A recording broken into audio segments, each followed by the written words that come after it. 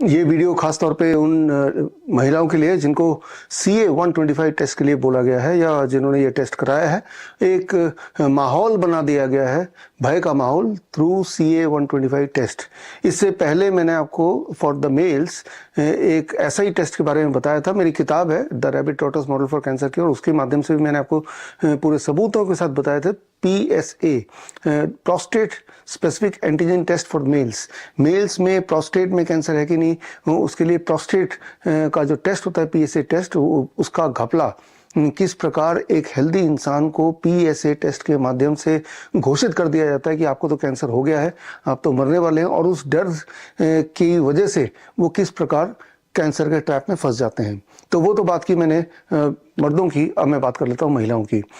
मैं पिछले कुछ समय से देख रहा हूँ कि महिलाओं में ये वाला टेस्ट बहुत ज़्यादा रिकमेंड होने लगा है, और जिससे महिलाओं के बीच में कैंसर के डर का माहौल और बढ़ता जा रहा है। तो इस टेस्ट को समझना आपके लिए बहुत ज़रूरी है। चलते हैं समझते हैं। ये एक टेस्ट है that is called CA 125 cancer test, यानी कि कैंसर स्पेसिफिक एंटीजन। एक तरह का प्रोटीन होता है जिसे CA 125 प्रोटीन होता है बोलते हैं, और ये प्रोटीन हम में से हर एक के बॉडी में होता है। मेल्स की बॉडी में होता है, फीमेल की बॉडी में भी होता है।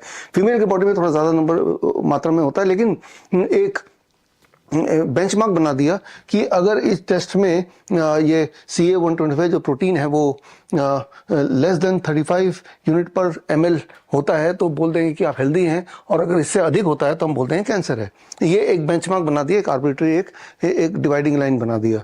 और अक्सर लेडीज़ में, खासतौर पे वो लोग जो 40 साल से ऊपर हैं, उनमें ये अधिक ही पाया जाता है, जो कि एक नॉर्मल बात भी है for most of the women. और उनको कैंसर घोषित कर दिया जाता है, और फिर आगे रिकमेंडेशन करते हैं अब तो बायोप्सी करना पड़ेगा, पेट स्कैन करना पड़ेगा, कीमोथेरेपी करना पड़ेगा, रेडिएशन करना पड़ेगा, सर्जरी करना पड़ेगा, और वो एक ट्रैप में फंसते चले जाते हैं। मैंने आपको पहले ही बताया था कि कीमोथेरेपी, रेडिएशन, सर्जरी, इससे कैंसर ठीक नहीं होता बल्कि कैंसर को बढ़ाने का काम करते हैं। Same is true for biopsy and PET scan. तो चलते हैं, पहले तो ये CA 125 टेस्ट को थोड़ा और समझ लेते हैं, ताकि आपके दिमाग में जो CA 125 टेस्ट का डर है उस डर को बाहर निकाला जाए।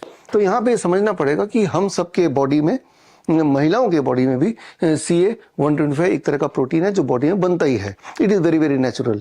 लेकिन अब ये जो बॉर्डरलाइन बना दिया कि इससे ऊपर है तो नीचे है तो वो ठीक है, इससे ऊपर अगर है तो वो कैंसर है, इसके बारे में, इसकी सच्चाई थोड़ा हमें सबूतों के साथ समझना ज़रूरी है। इसके लिए आपको ये समझना होगा कि कई सारे कंडीशंस में जो ये प्रोटीन है CA 125 वो अधिक अपने आप हो जाता है नेचुरल कंडीशन में। उनमें से सबसे इंपॉर्टेंट कंडीशन है, अगर कोई महिला ओरल कॉन्ट्रासेप्टिव पिल्स पे है तो उस महिला में CA 125 ज़्यादा आएगा या आ सकता है। सिमिलरली अगर कोई स्टेरॉइड ले रहा है तो उसमें भी ज़्यादा आएगा या आ सकता है। एंटीबायोटिक्स पे अगर आप हैं तो इससे भी CA 125 मार्कर बढ़ जाता है। ये सारे कंडीशन में भी CA 125 बढ़ जाता है। दैट डज नॉट मीन कि उनको कैंसर हो चुका है। ठीक इसी प्रकार अगर आप कैंसर ड्रग पे हैं, अगर आप कीमोथेरेपी पे हैं तो उस दौरान भी CA 125 बढ़ जाता है। तो कीमोथेरेपी करा के CA 125 को बढ़ा दो और CA 125 बढ़ा हुआ दिखा के दोबारा कीमोथेरेपी ले आओ, यानी कि एक तरह का चक्रव्यूह, एक तरह का जाल। अब आगे समझते हैं non steroidal anti inflammatory drugs, यानी कि पैरासिटामोल वगैरह जब लेते हैं तो इससे भी CA 125 बढ़ जाता है। तो यानी कि वो कैंसर नहीं है, वो is the side effect of this drug. या फिर पेरिटोनियल डायलिसिस का जो सोल्यूशन होता है, जो लोग डायलिसिस पे हैं, वो सोल्यूशन की वजह से भी ये मार्कर बढ़ जाता है। और इसके अलावा कुछ और कंडीशंस हैं, अगर किसी के बॉडी में सिस्ट है, फाइब्रॉइड है, तो भी ये मार्कर बढ़ा दिखाता है। एक बात आपको समझना होगा कि सिस्ट होना, फाइब्रॉइड होना कोई अनहोनी बात या अनोखी बात नहीं है। ये अक्सर महिलाओं में, खासतौर पे 40 साल से ऊपर, ये पाया जाता है। ये आता रहता है, जाता रहता है, आता रहता है, जाता रहता है। सिस्ट का होना अपने आप में बीमारी नहीं है, लेकिन सिस्ट बहुत बड़ा हो जाए और वो डिजॉल्व ना हो और तब आपको पेन हो, आपका हीमोग्लोबिन डाउन हो, तो फिर वो एक मेडिकल कंडीशन जरूर बन जाता है। Just having cyst itself is not a disease, ये आपको दिमाग में बिठाना पड़ेगा। और एक चीज और दिमाग में बिठाना पड़ेगा कि सिस्ट और fibroid is very very common among the women of older age, but that is something which can be benign and it may not become a cause of your death or of a disease। ये समझना पड़ेगा। Irritable bowel syndrome, जो कि बहुत ही मामूली medical condition है, इसमें भी CA-125 का मार्कर बढ़ जाता है।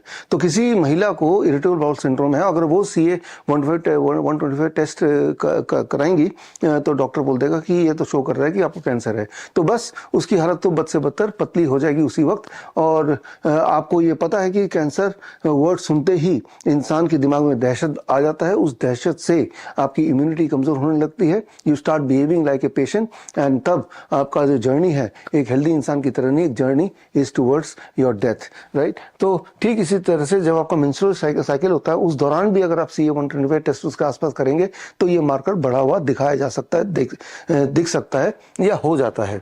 या इसके अलावा और बहुत सारे मेडिकल कंडीशंस हैं, प्रेगनेंसी के दौरान भी CA-125 मार्कर बढ़ जाता है। वेरियस इन्फ्लेमेटरी डिजीज, बहुत सारे इन्फ्लेमेटरी डिजीज है, जैसे अर्थराइटिस है, ओटाइटिस है, गैस्ट्राइटिस है, जितने भी बीमारियां जिसके बाद में आइटिस लगता है, ये सारे इन्फ्लेमेटरी डिजीज है। मान लो किसी को जोड़ों में दर्द है, कोई अर्थराइटिस का पेशेंट है, यानी कि उसके बॉडी में इन्फ्लेमेशन है, तो तब भी CA-125 मार्कर बढ़ा हुआ ही दिखेगा। ठीक इसी तरह से अगर कोई इन्फेक्शन है, जैसे ट्यूबरकुलोसिस किसी को है, एक बात यहाँ पे समझना होगा, मैंने पहले भी बताया था, ट्यूबरकुलोसिस के बैक्टीरिया आपके मेरे बॉडी में इस वक्त हो ही सकते हैं।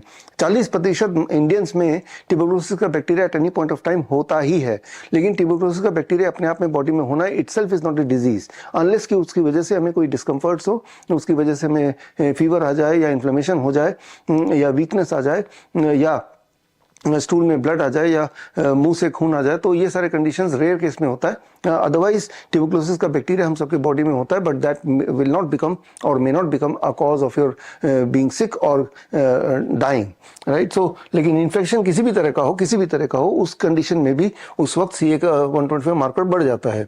ठीक इसी तरह से पेरीमेनिपोज या मेनिपोज, जब मेनिपोज के आसपास आप होते हैं या मेनिपोज हो चुका होता है, तब भी जो CA-125 मार्कर कंपैरेटिवली बढ़ा हुआ ही आता है। यानी कि मेनिपोज के बाद के जो महिलाएं अगर वो सारे के सारे CA-125 टेस्ट करा ले तो most of them will be diagnosed as a cancer patient, या फिर इंटेंस एक्सरसाइज, बहुत जोरदार एक्सरसाइज आप करेंगे तो उससे भी थोड़ा बहुत मार्कर बढ़ जाता है। जब एक्सरसाइज करते हैं आपकी बॉडी में बहुत सारे बदलाव आते हैं और तब CA-125 मार्कर बढ़ जाता है। मैं ये नहीं बोलना चाह रहा हूँ कि एक्सरसाइज नहीं करना चाहिए, मैं आपको ये समझाना चाह रहा हूँ कि CA-125 मार्कर का बढ़ना कई सारे फैक्टर्स पर निर्भर करते हैं। उनमें से बहुत सारे फैक्टर ऐसे भी हो सकते हैं जो एक्चुअली आपकी हेल्थ को कंट्रीब्यूट कर रहे हैं, आपको और हेल्दी बना रहे हैं, लेकिन वो फैक्टर अपने आप में CA-125 बढ़ गया तो आपने एज्यूम कर दिया, जैसे डॉक्टर ने पढ़ाया बताया कि आपको तो कैंसर हो गया, आपने उस बात को मान लिया। ठीक इसी प्रकार एज रिलेटेड भी वेरिएशंस आते हैं। जब आपका एज ज़्यादा हो जाता है, जैसे 50 साल से ऊपर, तब भी आपकी बॉडी में कई सारे हार्मोनल चेंजेस आते हैं।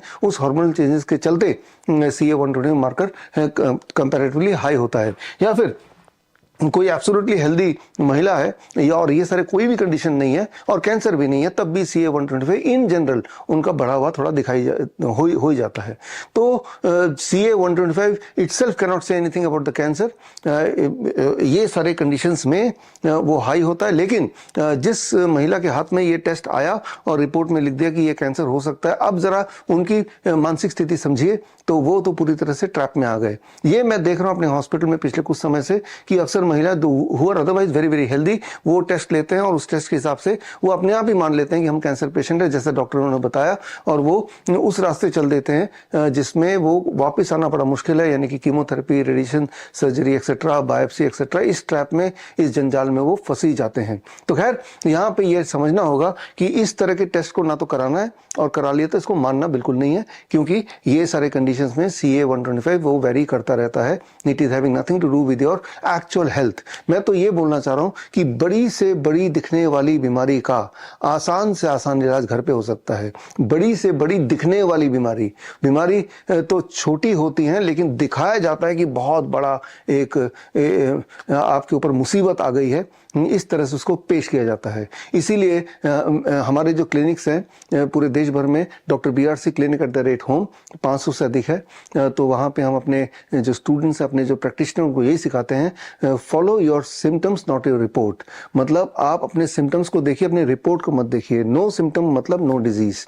तो अगली बार अगर इस तरह के कोई कन्फ्यूजन हो तो आपको सिंपली इतना करना है कि हम आपके घर के आसपास, आपके शहर में जो हमारे क्लिनिक हैं, डॉक्टर BRC क्लिनिक, वहाँ जाके आप अपने कंफ्यूजन को दूर करें ताकि इस तरह के जाल में आप ना फंसें। All the best, thank you, जय हिंद।